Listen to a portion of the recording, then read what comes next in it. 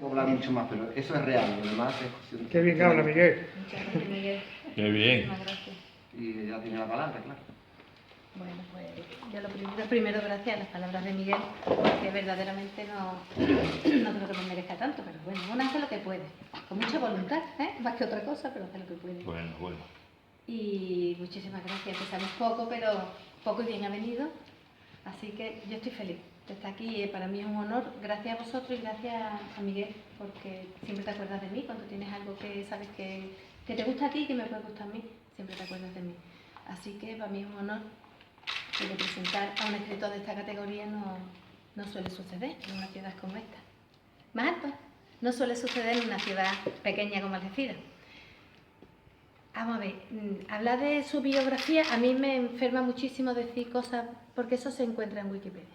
Es la verdad, que vamos a decir que nace en San Lucas Barrameda, que tiene escrito como más de 14 o 15 obras entre relatos, entre novelas, que se han llevado al cine con un éxito tremendo, 2 de ellos,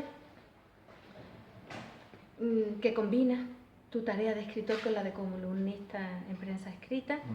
Todo eso son las cosas que se pueden saber, pero a mí lo que me interesa es el libro que me he leído, que me he divertido muchísimo, me ha encantado, me ha hecho pasar, es un disparate pero maravilloso, porque de cosas convencionales estamos hartas, así que si es un disparate, perfecto. Entonces, bueno, no quiero extenderme mucho, de hecho son 3 folios al punto 14, como dice mi amiga Ana, que bien, Emi, que es una cosa cortita, que para no cansar, porque lo que realmente interesa... Y que se puede leer sin gafas, en mi caso. Claro, exactamente, mira, se puede leer sin gafas. Entonces, lo que sí sé es que al abrir la novela, lo primero que nos encontramos es que en una obra breve, pero tremendamente divertida, en que además el lector se ubica rápidamente en un país, en un tiempo, en un lugar, porque hace alusiones de carácter político, a partidos políticos, hace alusiones a lugares, con lo cual el lector tiene ya la facilidad de ubicarse de entrada muy pronto en lo que es el espacio de la novela. Y la historia que nos cuenta es una historia súper graciosa, porque la historia, sin desvelar mucho, te quería preguntar si puedo decir un poco Sí. el argumento. Y no que lo digas tú, después lo diré yo, porque lo hago siempre y no debería hacerlo, pero... Bueno, pues el argumento es muy gracioso porque es... todo sucede en una ciudad, me imagino que de la Baja Andalucía, por asociaciones, en un club de travestis, que se llama El Garbo. No hablo más sobre ello, solamente es una rebelión que las locas del Garbo hacen contra las aspiraciones y ostentaciones capitalistas de la élite de la ciudad, que se van a plasmar en una fiesta. Entonces ellas van a intentar, pues, a ver qué hacemos con esa fiesta, porque no están muy de acuerdo. Me encanta, o sea, la historia ya de por sí es divertida, o sea, eso no nos cabe la menor duda. Me imagino además a las drag queens, o sea, el retrato que hace maravilloso de los colores, de la cara, de la boca, de todo, se imagina uno perfectamente como son. Pero ocurre que, bueno, la historia es muy importante, pero le decía yo a mi amiga Mariola que a mí cada vez me interesa menos lo que se cuenta, a mí lo que me interesa es cómo lo cuenta. O sea, es tremendo la forma. Entonces, si yo hago un análisis formal de la obra, evidentemente un lector normal se va a encontrar con una historia divertidísima, bien relatada, bien estructurada, con sus partes correspondientes, pero claro, el que le gusta escribir, como es mi caso, yo voy a otra parte, y es el aspecto formal. Entonces me ha impresionado muchísimo, por ejemplo, la calidad del lenguaje, la abundancia, el conocimiento, y que rescata palabras que todavía me resuenan a mí, como en las casas puertas, de las casas, en los patios, de vecinos llenos de geranios. Ahí es donde me resuenan las palabras que él dice. Y encima palabras que, aparte de ser bonitas, es que están enlazadas con verbos que son súper plásticos, unos verbos inimaginables. Entonces, todo eso tiene un encanto súper especial. Luego hay un tema también que es la certera elección de los términos, porque eso es un estudio. Para mí, yo soy profesora de literatura, entonces a mí me encanta la lengua de por sí. La herramienta de la palabra es que es maravillosa. Entonces, claro, el utilizar los términos certeros en cada caso, eso es muy difícil, no tiene que ser rimbombante, ni tiene que ser colorista, ni súper barroco, pero con que sean justos, el que necesitas para describir lo que quieres describir, eso para mí es algo inalcanzable para mí todavía. Y luego, porque fíjate la digresión. ¿Tú te acuerdas, Mariola, cuando hablamos de la digresión que tú me hiciste? Que tú me decías, Emi, me gusta porque estás hablando de una cosa, y yo cuando empecé a escribir, yo no tenía ni idea, en el año 2000, y ella me corregía, decía, la digresión. Me encanta, estás hablando de una cosa y de pronto se te va la olla y te pones a hablar de otra cosa y luego vuelve. Es una técnica, a mí me encanta. O sea, me encanta y a la vez le da, pues, una amenidad a la lectura, una ligereza, que desde luego la veo en la obra de principio a fin. Y también me gusta esa mímica. Aquí pongo yo una palabra un poco, una estructura más bien subordinada, un poquito complicada, pero es verdad, es una imperceptible pero latente mímica invisible que me sugiere y me suscita una velocidad tremenda. Es como todo una vorágine. Todos los acontecimientos empiezan a rodearla a las locas del Garbo de una manera que por un lado, a mí la obra no me transmite ansiedad. Estoy relajadísima leyendo, pero sin embargo, noto que todo fluye. Es como si los acontecimientos fueran de puntillas sobrevolando, y es de una manera cómoda, una lectura ágil. Y me ha gustado mucho la costumbre tan nuestra que tú introduces de meter temas absolutamente, de mezclar lo humano y lo divino. O sea, esos temas de hablar de política y de religión y de pronto meter los kilos de maquillaje del chilo en frente, es que me encanta. O sea, hablar del maquillaje junto a temas serios, temas de primera mano. Y luego también me fijo mucho, como profesora, en los signos de puntuación. Yo creo que son básicos para determinar el ritmo de la lectura. Y entonces me gustan mucho los puntos y seguidos. Porque como que la subordinada ralentiza, pero el punto y seguido, pum, pum, pum, te van dando esa impresión de que te vas metiendo en la acción casi sin darte cuenta, y eso, camina, se va desarrollando todo con una facilidad tremenda. Y todo ello nos lleva a una vorágine conversacional, que es lo que yo creo, en mi caso, que es lo que a mí me ha atrapado. O sea, esa conversación que parece que es íntima, que estoy yo sola con todas las locas, en cada capítulo enterándome, sí, encadenadamente, una con otra. Es como el lector se encuentra con una intimidad absoluta con cada personaje en el capítulo determinado. Y aunque es una conversación que tiene un emisor y un receptor, pero sin embargo son magistrales soliloquios, son maravillas que no son, que me recuerdan, y perdona la comparación, no sé si te gustará, pero a mí me llevan inevitablemente a La vida perra de Juanita Larra. No es la única que lo has dicho. ¿Sí? Ay, es que yo adoro a Ángel Vázquez, entonces lo he leído tanto y de pronto digo, Dios mío, mi vida, esto me va resucitando como recuerdos, ¿no? Y me gusta mucho, un autor que también me gusta. Estupendo. Son monólogos que incitan a la reflexión y que nos descubren a los protagonistas casi sin darnos cuenta, porque es como un diálogo insinuado y que ofrece al lector una oportunidad única para entrar de lleno en el alma del personaje, en esa conversación íntima que tienen las locas del Garbo. Los personajes se presentan a sí mismos utilizando un recurso que también me gusta, que es el del monólogo encadenado. De tal manera que una vez que el personaje desnuda el alma ante el lector, él arrastra al personaje que le sigue a continuación para que haga lo mismo. Para mí se trata, yo lo veo claramente en la escena de un ballet clásico, en el que el personaje es una bailarina que se va y avisa a la que está en las bambalinas para que se vaya preparando, porque ella se despide y sutilmente la otra entra en escena, casi sin darnos cuenta. Y para terminar, quiero incidir en la habilidad tremenda que tiene nuestro autor para envolver de ternura, humor y de normalidad unas protagonistas que, entradas en años y expertas en mantener vivas unas esperanzas que desde todo punto están en trámite de extinción totalmente, pertenecen a la marginalidad social, al lado más oscuro. Entonces eso me gusta mucho, porque antes hablaba de Bonal, y a mí me gusta mucho cuando el señor Bonal habla del compromiso que tiene el autor, del compromiso social, de denunciar las desigualdades, de denunciar las injusticias, porque yo creo que el escritor tiene en su mano la herramienta mejor, la escritura, para denunciar e intentar llegar a una sociedad mejor, más libre y más igualitaria. Y estoy muy agradecida de que me hayas dado la oportunidad que te diga todo esto delante, así que ahora viene lo bueno, y es que él hable. Qué buena, no solo qué buena presentadora, que sí, evidentemente, qué buena lectora de la novela, qué buena lectora de la novela, de verdad, muchísimas gracias. Eso me ocurrió a mí con esta novela, ¿no? Hace muchos años, yo escribí una novelita que se llamaba Una mala noche la tiene cualquiera. Y a propósito de esa novela nos conocimos porque aquí en Algeciras estrenó una versión teatral un actor, Ramón Rivero, que es de Sanlúcar, y hizo un monólogo sobre el personaje, ¿no? Y lo hicieron aquí en el teatro, y fue estupendo, lo pasamos muy bien. Yo todavía tengo los carteles que hicisteis, el otro día estaba yo haciendo limpieza, porque de vez en cuando saneo la casa. Y aparecieron carteles, se vio rosas con el... Vamos, bueno, me acuerdo que los vi hace muy poco, ¿no? Bueno, pues en esa novela era un travesti, la Madelón, que contaba el intento de golpe de Estado de Tejero.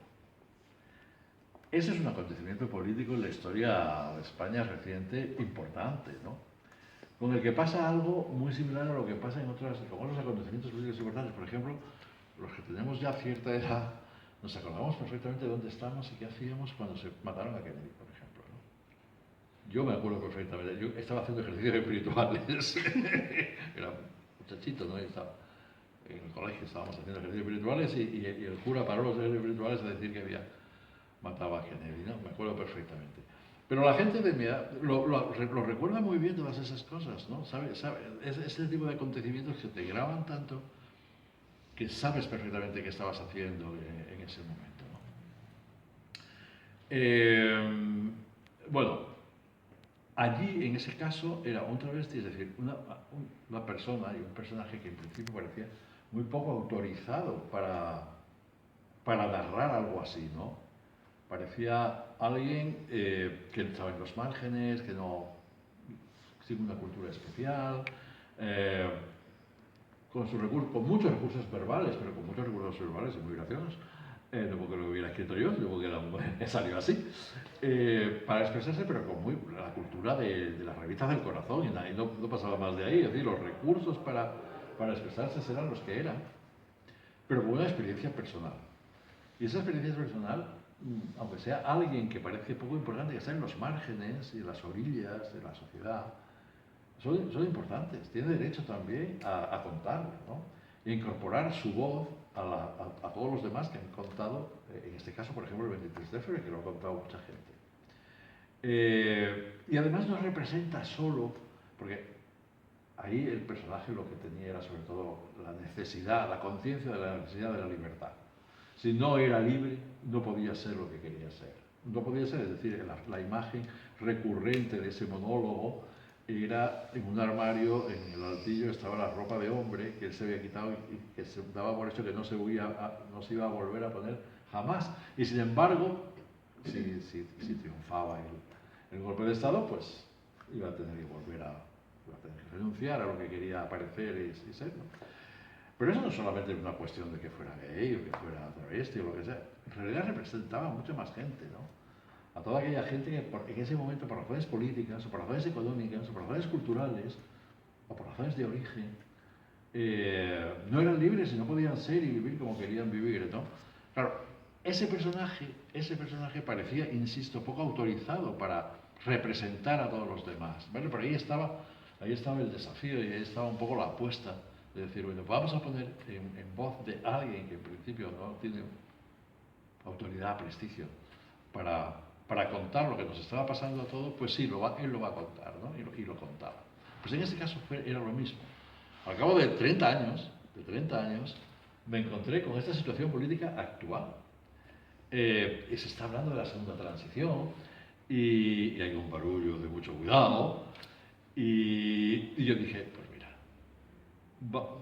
esto hay que contarlo, porque a veces los escritores dicen, los novelistas, piensan que las cosas que ocurren no se pueden contar inmediatamente, que es mejor esperar a que pase el tiempo, ¿no?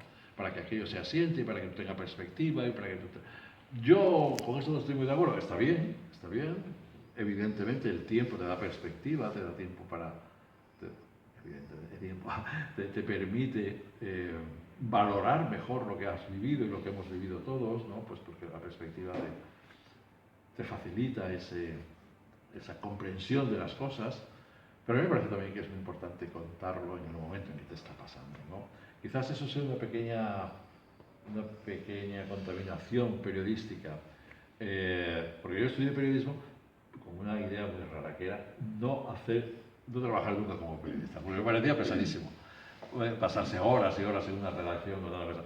Al final escribí en un periódico, en El Mundo, desde que se fundó El Mundo, pero claro, era mucho más cómodo, era en mi casa, yo escribía columnas y las mandaba, con lo cual no tenía que estar en la redacción y estar ahí horas y horas y fines de semana, pero sí había algo que te obligaban a hacer en ese momento cuando tú escribías. o columnas en un periódico, columnas de opinión, que era, tenías que escribir sobre la actualidad. No valían ya aquellos artículos literarios que escribía, que tenía yo, Pemán, el ABC, que eran muy literarios, pero que, bueno, pues muchas veces eran del pan y de los peces, no tenían nada que ver con lo que, pues, porque eran literarios, ¿no? No, aquí te exigía que tú escribieras artículos sobre lo que estaba pasando en ese día a día, ¿no?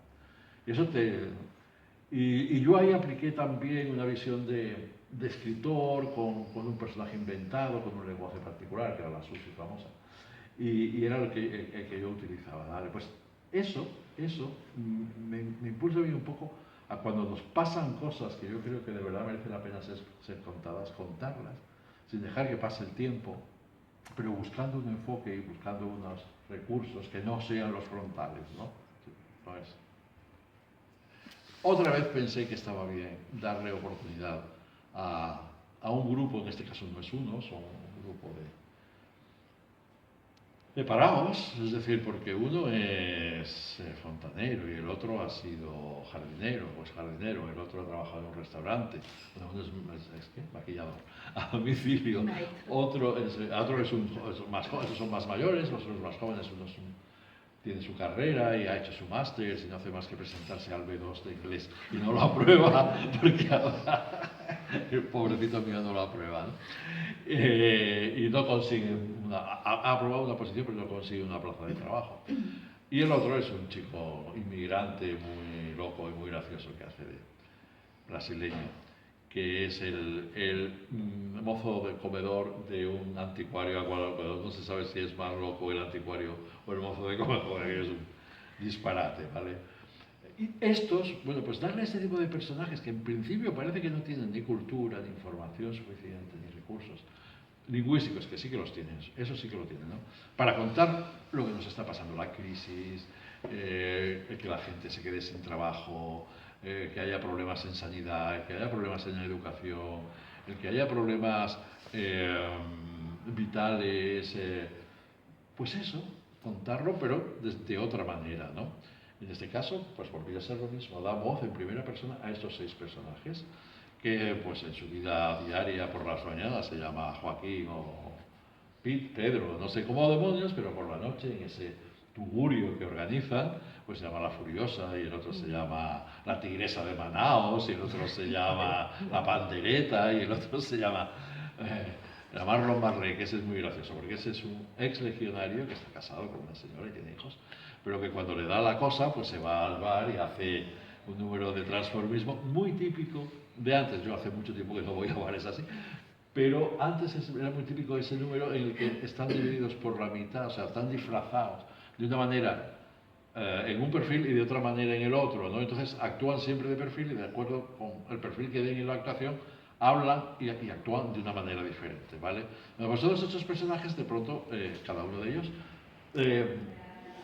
acaban contando de verdad sus penitas, ¿no? Porque el motivo es que, oye, que lo tenemos fatal para llegar a fin de mes, a mediados de mes, y vamos a hacer lo que sea para encontrar pues unos dinerillos, ¿no?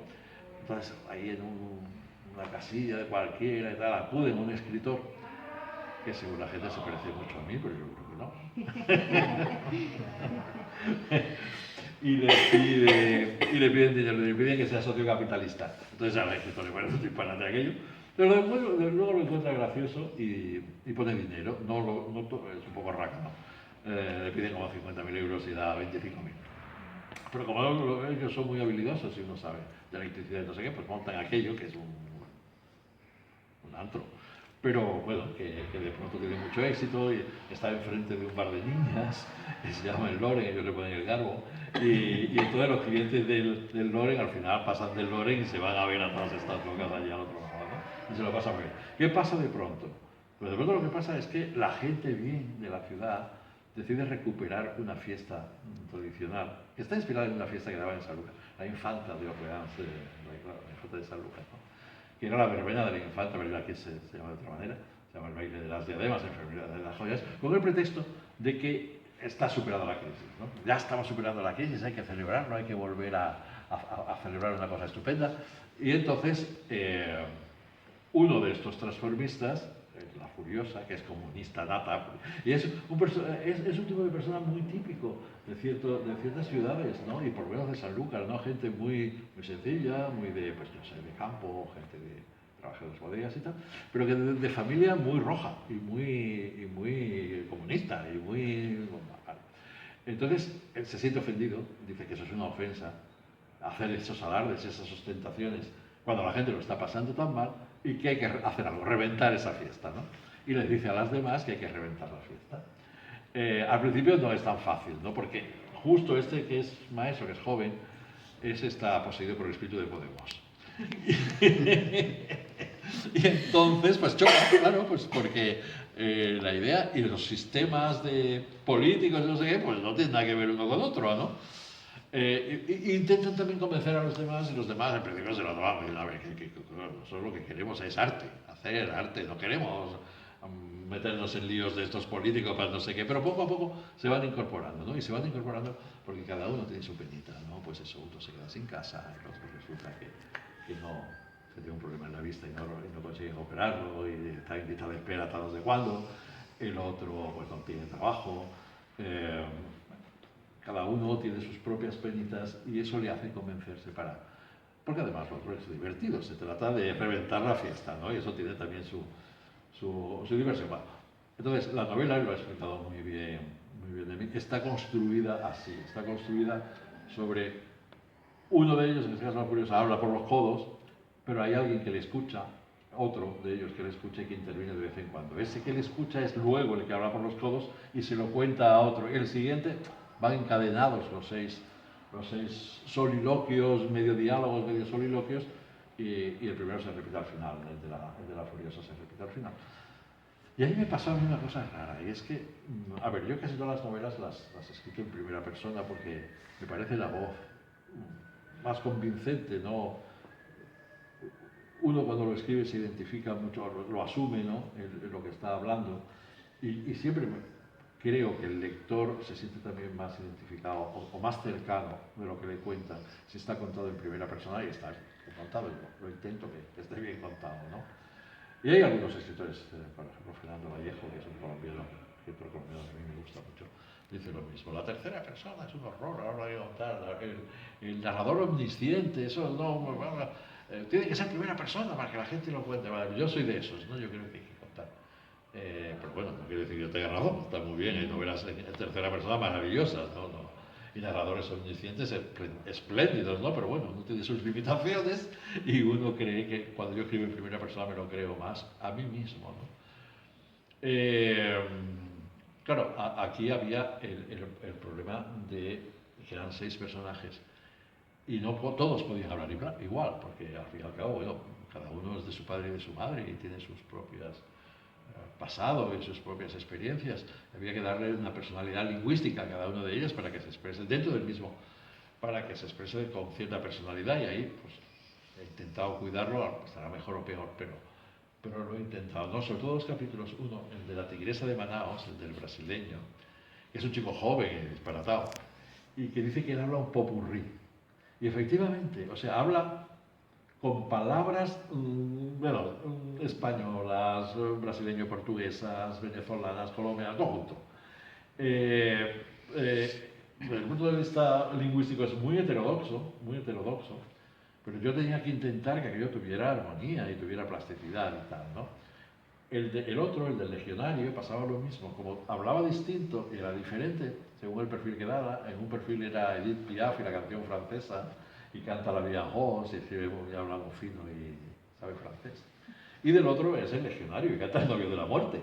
O sea, y había que hacer combinar los dos, ¿no? Y él, conforme cambia de perfil, pues habla y canta de una manera y se expresa, bueno, cuando ya digo, muy fino, cuando el legionario es muy bruto y muy ordinario. Pero eran 2 capítulos que me pidieron especial atención, ¿no? Y luego estaba, al fin y al cabo, lo que se contaba, y que es esa parte periodística, esa parte de absoluta actualidad, ¿no? Y en la novela se dicen cosas para todos los gustos, contra todos los partidos, ahí no se libra a nadie. hay uno que le dice, la pandereta, le dice a la divina es el que es jardinero en una casa, y entonces pues está como señor de Estocolmo, es más del PP que sus señoritos, absolutamente, ¿no? Y entonces el otro, la pandereta, le dice, pero vamos a ver, hazte de Ciudadanos. Vas a seguir siendo de derechas igual, pero parecerás moderna.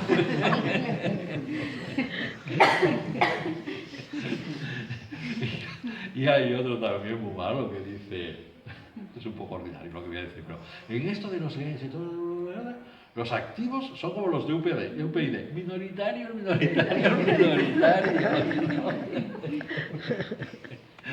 Y luego hay la canelita, que es el joven, el maestro, antes ha sido del PSOE, ¿no? Y entonces otro le dice, sí, entonces ha sido del PSOE, pero claro, no me extraña que te pase nada, pues del PSOE, como sigamos así, no va a quedar nadie. Y luego hay pues, esas peleas de la izquierda unida, pues que se muerden los unos a los otros, ¿no? La verdad es que ahí estamos muy impresionados por una experiencia ya muy personal en Madrid, en las elecciones autonómicas. Un amigo mío, Luis García Montero, que es un poeta estupendo, pues se presentó, como sabes, ¿no? a ser presidente de la comunidad, candidato a la presidencia de la Comunidad de Madrid, y me pidió, hizo ahí una especie de comité asesor o algo así, me pidió que yo me ocupara de los temas de igualdad.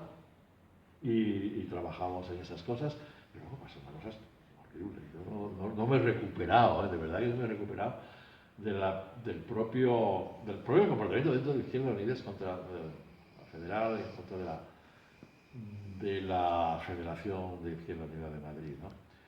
Y eso, bueno, a Luis García Montero lo ha dejado hecho polvo, pero a mí también me dejó un poco, pero se pasa, ¿no? Esas cosas se van pasando, pero te dejan. Y lo tenía muy presente en este caso. Lo que me pasó, que curiosamente yo empecé escribiendo en la novela los capítulos de cada uno de los personajes, ¿no? Empezando por la Furiosa, luego la Tigresa de Manaos, luego la Canelita, que es el chico joven, el de Podemos, y de pronto no es exactamente que me bloqueara, sino que me pasaba algo extraño, era como si sintiera que yo no me implicaba mucho en eso, ¿no? Cuando eran primeras personas, y yo siempre me he implicado en primeras personas, por eso la gente le da por pensar que todas mis novelas son autobiográficas, que no pueden serlo, porque si todas fueran autobiográficas yo habría llevado una vida fabulosa y no he llevado una vida normal y corriente, ¿no? Ni siquiera lo que hace el escritor, que no lo vamos a decir.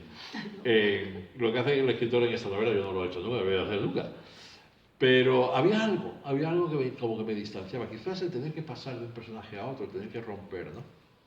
Entonces, bueno, pues hasta que no literariamente, ¿no? Pero no me impliqué como escritor más creando ese personaje creado. Del escritor en la novela que se llama Casi como yo, y que todo el mundo da por supuesto que soy yo, pero que no. Pues hasta que no escribí el primer capítulo, que es donde la Furiosa y la Canelita van a pedirle la ayuda, no volví a arrancar, no me sentía yo como implicado en lo que estaba contando, ¿no? Y luego ya el tercer capítulo, hay una primera parte que es un capítulo que es el que el escritor cuenta el proyecto que le vienen a proponer, la parte central, que es la más larga, la novela es cortita, ¿no? Pero la parte central, que es donde todos hablan uno por uno, y la última, que es otra vez en boca del escritor, y de un cronista de sociedad y de... Está bien, son pobres y están heridos y dañados por la pobreza, que daña y hiere mucho. Y son las víctimas principales de la crisis, ¿no? Es verdad que, como dice mi amiga Almudena Grandes, que ha escrito una novela también sobre la crisis, Los besos en el pan, que es así, es muy frontal, es verdad que dice que esta crisis ha producido una cosa especial, y es que ha afectado a todo el mundo, sobre todo a las clases medias, que de repente muchos profesionales, por ejemplo, se han quedado sin nada. Y han tenido la experiencia de la pobreza, o del apuro y del agobio, ¿no? A lo que no estaban acostumbrados, ni por familia, ni por su propia experiencia profesional, porque veníamos todos de otra etapa importante y otra etapa de vacas gordas, ¿no? En la que de repente se acabó y mucha gente se vio de repente, bueno, pues con el suelo hundido, ¿no? Pero al final siempre hay gente que lo pasa peor, ¿no? Al final hay gente, y son la gente que sobrevive, y la gente sobrevive como puede, poniendo un tugurio que se llama el garbo, echándole sentido del humor a la vida a pesar de todas las penalidades, porque el humor es estupendo para...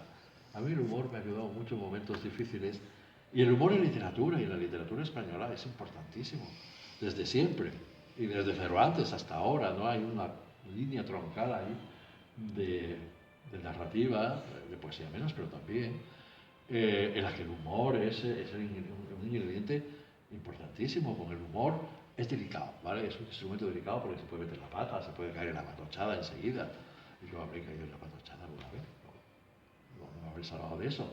Pero con el humor se puede ser, por supuesto, desafiante, se puede ser peleón, se puede ser insumiso, se puede ser delicado, y se puede ser solidario, y se puede ser muchas cosas. El humor tiene muchas posibilidades como instrumento literario, ¿no? Entonces ahí está, porque casi todas mis novelas... El otro día me preguntaban, pero ¿por qué planteas que cualquier historia que tú quieras contar tienes que contarla con humor? Pues la verdad es que no. De hecho, algunas de las primeras novelas mías son muy serias. He leído algunas y he dicho, Dios mío, esto lo siento yo. Pero a partir de cierto punto es como que lo que estoy contando, que en el fondo yo creo que es serio, me lleva a contarlo de una manera que nos salve un poco a todos, al escritor y al lector, ¿no? También tiene riesgo porque te pueden acusar de ser superficial o de ser frívolo o de ser epidérmico, ¿no? Y esos son riesgos que corres y que uno intenta que esté bien resuelto, voluntario y comprometido y batallador, ¿no? Y no es necesariamente superficial, y a veces es bueno que parezca superficial porque es redentor, porque es consolador, porque, bueno, pues esas virtudes que yo creo que tiene el lenguaje coloquial andaluz, he intentado que estén en algunas de mis novelas y en esta entre ellas. Y ya está, y yo creo que ya no voy a seguir diciendo más cosas. Que no hemos tenido. No sé si me queréis preguntar algo indiscreto.